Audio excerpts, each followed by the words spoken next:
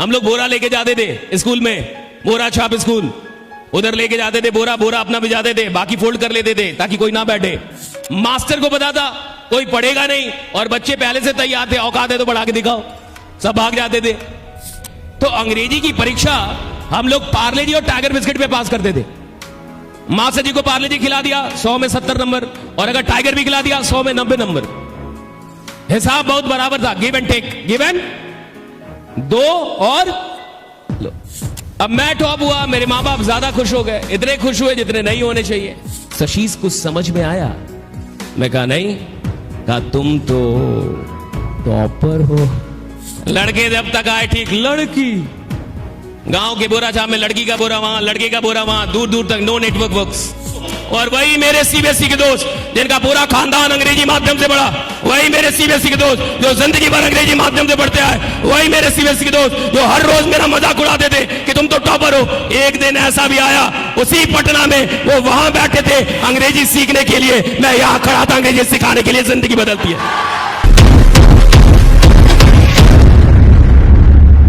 हम लोग आए गोपालगंज से। गोपालगंज जान रहे हैं, बिहार में एक जिला है गोपालगंज, वहां बाढ़ प्रभावित क्षेत्र, बाढ़ प्रभावित गांव से मैं निकला। हम लोग बोरा लेके जाते थे स्कूल में, बोरा छाप स्कूल, उधर लेके जाते थे बोरा, बोरा अपना भिजाते थे, बाकी फोल्ड कर लेते थे ताकि कोई ना बैठे। पूरा बोरा भी नहीं भिजाते थे हम लोग, आधा फोल्ड, ताकि कोई और उसका इस्तेमाल ना करे। और हिंदी माध्यम बिहार से अगर आप हैं, आपको पता होगा मैट्रिक में बिहार में अंग्रेजी अनिवार्य विषय नहीं है। अच्छा, जो विषय अनिवार्य नहीं है उसको कोई नहीं पढ़ता।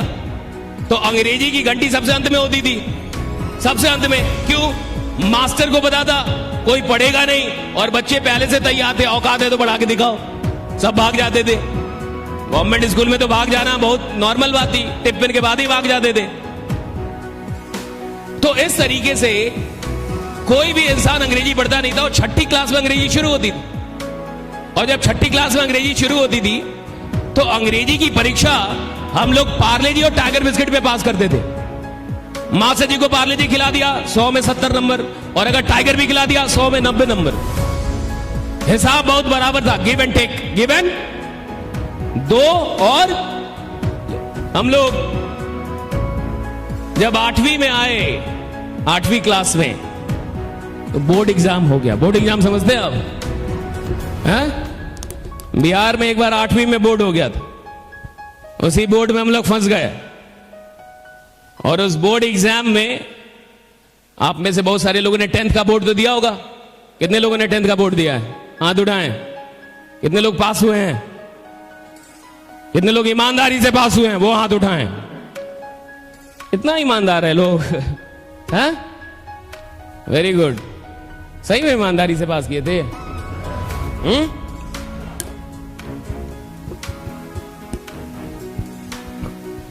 यहाँ झारखंड में ईमानदारी से परीक्षा होता है? कहां से पास करोगे? तो देखो, जब आप 10th का एग्जाम देने जा रहे होंगे, बोर्ड एग्जाम, तो डर लगा था कि नहीं? पहली बार जब इंसान बोर्ड एग्जाम देने जाता है तो उसको डर लगता है साहब। और एक लड़के के साथ उसका पूरा खानदान जाता है, खानदान के 7-8 लोग जाते हैं। ऐसा लगता है कि पाकिस्तान से युद्ध है। सिंपल बोर्ड एग्जाम है, और आप देखिए मम्मी जाएंगी, पापा जाएंगे, 2-4 और लोग जाएंगे बोर्ड का एग्जाम आपको दिलवाने के लिए। और बोर्ड के एग्जाम में डर तो लगता है। और देखिए, डर किसको लगता है? जिसने मेहनत की हो। अगर आपने परीक्षा की तैयारी की है, परीक्षा से जुड़े कुछ सपने हैं आपके कि मेरे को 80% आना चाहिए, 90%, तो आपको डर लगेगा। लेकिन मान लो कोई नालायक है, उसको मतलब ही नहीं है फेल हूं या पास हूं, तो तू गाड़ का डर लगेगा, तो मजे मजे में रहेगा, राइट? उसको कोई मतलब ही नहीं है रिजल्ट से, राइट? उसको मतलब ही नहीं है मैं फेल हूं या पास हूं। तो देखिए, डर भी उसको लगता है जो तैयारी करता है साहब। डर खराब चीज थोड़े है, डर का मतलब है तुम तैयारी कर रहे हो। हर आदमी को थोड़े डर लगेगा। डर उसको लगता है जो लड़ रहा है, जो कुछ करना चाहता है, कुछ पाना चाहता है। तो अगर आपको कभी डर लगे तो ये मत समझिए कि गड़बड़ है। डर लग रहा है यानी ठीक है, आप तैयारी कर रहे हैं, कुछ कर रहे हैं आप। नालायक आदमी को किसी बात की डर नहीं है जी। तो 8वीं की एग्जाम में क्या हुआ? सौभाग्य या दुर्भाग्य से, फॉर्चुनेटली और unfortunately, I become the topper of my district. मैं पूरे गोपालगंज डिस्ट्रिक्ट का टॉपर हो गया 8वीं की बोर्ड में, राइट। जब रिजल्ट आया, जब मैं टॉप आया तो मेरे माँ बाप बहुत खुश हो गए, इतने खुश हो गए जितना नहीं होना चाहिए। हर चीज एक लिमिट में होना चाहिए। अब मैं टॉप हुआ, मेरे माँ बाप ज्यादा खुश हो गए, इतने खुश हुए जितने नहीं होने चाहिए।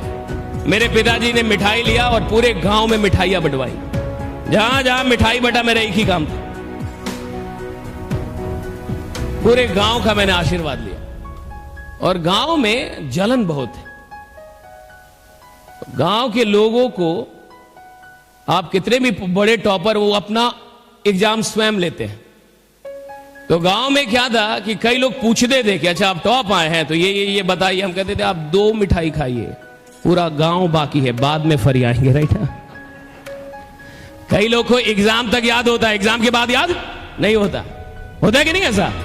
एग्जाम था भैया, याद था, एग्जाम नहीं है, अब काहेगा याद रखना। तो बहुत सारी चीजें आपको याद नहीं रहती। और इस तरीके से जो पूरे गांव में मिठाइयां बटी, तो मेरे जो पटी पटीदार थे, पटी पटीदार समझते हैं आप? रिलेटिव्स, पड़ोसी, रिलेटिव्स, रिश्तेदार, तो वो ऊपर ऊपर से बहुत खुश थे कि फलना का लड़का टॉप आ गया। अंदर अंदर से उनको बहुत टेंशन था कि फलना का लड़का टॉप आया कैसे। जलन समझते हैं आप? गांव में जलन बहुत है। आप एक नई कार लीजिए, नई कार भाड़े पे, और उस कार को लेके गांव जाइए और 2-4 चक्कर घुमा के और शहर आ जाइए। 2 दिन में अफवाह फैल जाएगा कि आप बिहार में शराब का धंधा कर रहे हैं। तुरंत अफवाह फैला देंगे लोग कि आप कुछ गलत कर रहे हैं, आप 2 नंबर का धंधा। जलन। अच्छा, पड़ोसी पूछने नहीं आएगा आपसे कि आपने कार कैसे लिया, कहेगा हम जाएंगे उनसे पूछने। हाँ, तुम क्या साला प्रधानमंत्री हो, राइट? अडानी हो, अंबानी हो तुम? कहते हम जाएंगे। जलन देखिए कितना है, पूछने भी नहीं आएगा। तो मेरे जो पटी पटदार थे, उन्होंने मेरे पिताजी को मोटिवेट किया कि ऐसा लड़का तो पूरे खानदान में पैदा नहीं हुआ। 2-4 लोग इससे भी आगे निकल गए, बोले पूरे गांव में नहीं पैदा हुआ। कुछ लोग कहे जिला में नहीं पैदा हुआ। अब आप कंजूसी छोड़िए और इसको पटना लेके जाइए। पापा को भी लगा कि कुछ खतरनाक पैदा किया है। किसी को भी भ्रम हो सकता है जी। अगर कोई आपसे 10 बार बोले कि आप बहुत स्मार्ट है, बहुत स्मार्ट है, बहुत स्मार्ट है, बहुत स्मार्ट है, और 10-20 लोग रोज आपसे बोले आप बहुत स्मार्ट है, तो आपको लगेगा मैं रांची में क्या कर रहा हूं, मुंबई क्यों नहीं जाता, राइट? एक बार एक आएगा फालतू कहता है टाइमर बात कर रहा, मेरे को मुंबई जाने का चाहिए। लग जाता है ऐसा। आप देखिए, मेरे पिताजी को लोगों ने कहा कि आपका लड़का बहुत टैलेंटेड है, कंजूसी छोड़िए, पटना लेके जाइए। पापा को भी लगा कि खतरनाक लड़का है, वो लेके सच में पटना आ गए। मोटिवेशन में देखिए कितनी शक्ति है, बहुत शक्ति है, राइट? मेरे पिताजी उठे तो एक बात समझ में आया, आप विश्वास नहीं करेंगे।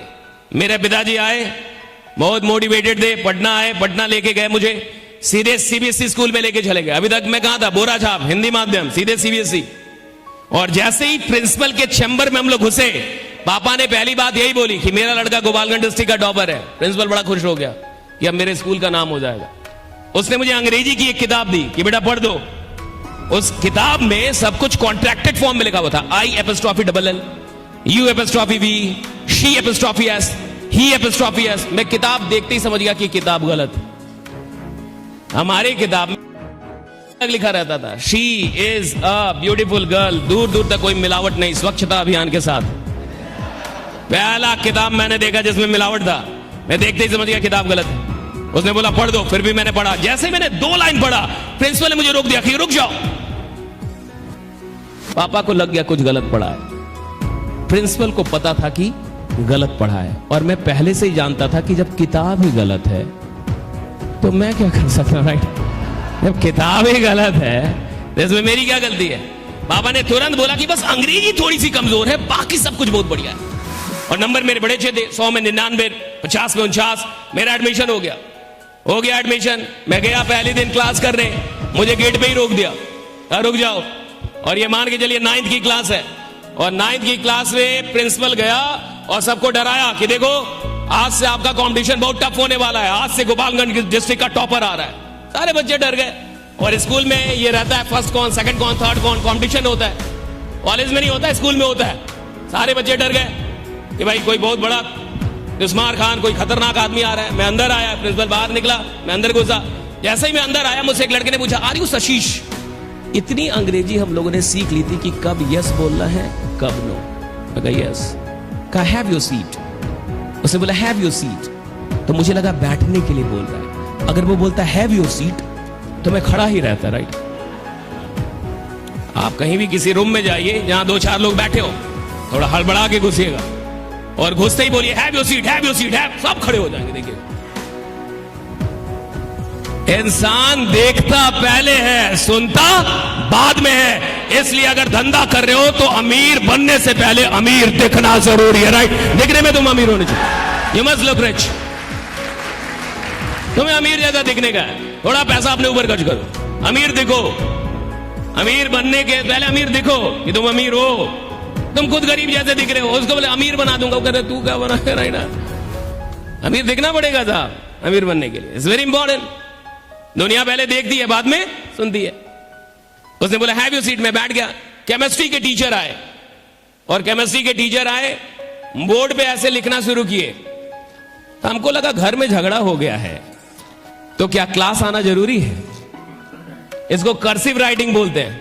ऐसे ऐसे मिलावट हमने आज तक नहीं देखी थी, तो हमने बगल वाले का देखना शुरू किया, क्योंकि मुझे समझ में नहीं आ रहा था बोर्ड पे चल क्या रहा है। बगल वाले का मैंने देखना शुरू किया, बगल वाले ने देख लिया कि शशीश देख रहा है। जैसे ही केमिस्ट्री के टीचर बाहर गए, उसने मुझसे पहला सवाल किया, शशीश डिड यू गेट एनीथिंग? मैंने कहा डिड यू गेट एनीथिंग? मैंने कहा तो समझ गया कि इसको अंग्रेजी नहीं आती। तो उसने हिंदी में मुझसे पूछा, शशीश कुछ समझ में आया? मैं कहा नहीं। कहा तुम तो टॉपर हो। एक को पता चला, दूसरे को पता चला, पूरे क्लास को पता चल गया कि मुझे समझ में नहीं आ रहा। तो जब सारे क्लास को पता चल गया कि मुझे समझ में नहीं आ रहा, तो क्या आके एक एक करके कंफर्म करना जरूरी है?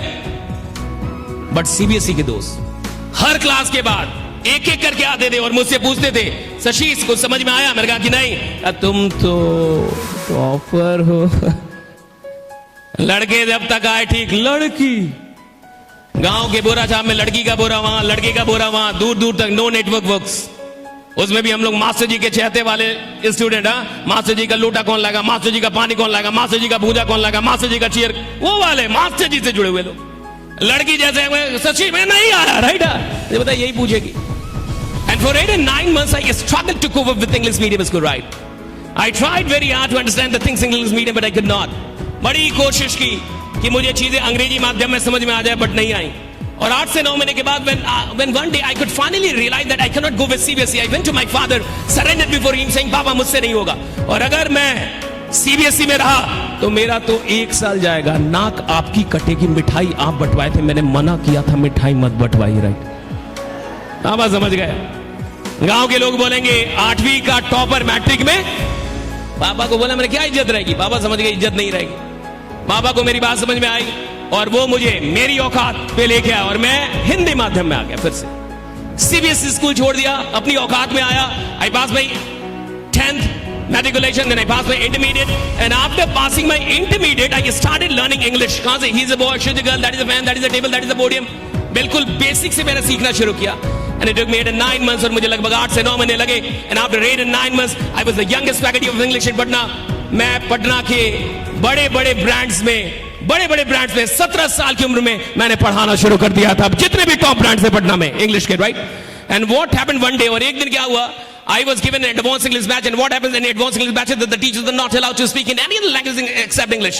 So I took the class for 1.5 hours complete in English. Advance English की बैचेस में क्या होता है कि शिक्षक को किसी और भाषा में बोलने की इजाजत नहीं होती। तो मैंने लगभग 1.5 घंटे की क्लास बिल्कुल अंग्रेजी माध्यम में ली, एकदम अंग्रेजी बोल के ली। और जैसे ही मैं क्लास के बाहर आया, as I came out of the class, suddenly girl followed me. एक लड़की ने मुझे फॉलो किया एंड शी नॉक्ड मी, उसने मुझे नॉक किया। She asked me, hello are you Shashish? उसने मुझे पूछा क्या तुम शशीश हो? मैंने कहा yes I am Shashish. What क्या बात? उसने मुझसे दूसरा सवाल किया, have you been living in Patna for the last 5 and 6 years? क्या आप पटना में पिछले 5-6 वर्षों से रह रहे हैं? मैंने कहा कि yes. I have been living in Patna for the last 5 and 6 years. What for? उसने मुझसे तीसरा सवाल किया. Have you were in Krishna Central School? क्या आप कृष्णा सेंट्रल स्कूल में थे? मैंने कहा कि yes, I was in Krishna Central School. उसने मुझे चौथा सवाल किया. Do you know फलना फलना फलना फलना फलना फलना फलना फलना? क्या आप फलना फलना फलना फलना को जानते हैं? मैंने कहा कि yes, I know फलना फलना फलना फलना फलना. क्या बात है? कहा कि कहां जानते हो? मैं ही तो हूं. और वही मेरे सीबीएसई के दोस्त जिनका पूरा खानदान अंग्रेजी माध्यम से पढ़ा, वही मेरे सीबीएसई के दोस्त जो जिंदगी भर अंग्रेजी माध्यम से पढ़ते आए, वही मेरे सीबीएसई के दोस्त जो हर रोज मेरा मजाक उड़ाते थे कि तुम तो टॉपर हो. एक दिन ऐसा भी आया, उसी पटना में वो वहां बैठे थे अंग्रेजी सीखने के लिए, मैं यहां खड़ा था अंग्रेजी सिखाने के लिए. जिंदगी बदलती है. लाइफ चेंजेस साहब, लाइफ चेंजेस. कौन कहता है जिंदगी नहीं बदलती? और उस दिन मैंने उस लड़की से पूछा था, कुछ समझ में आया? गांव के लोग हैं, गांव का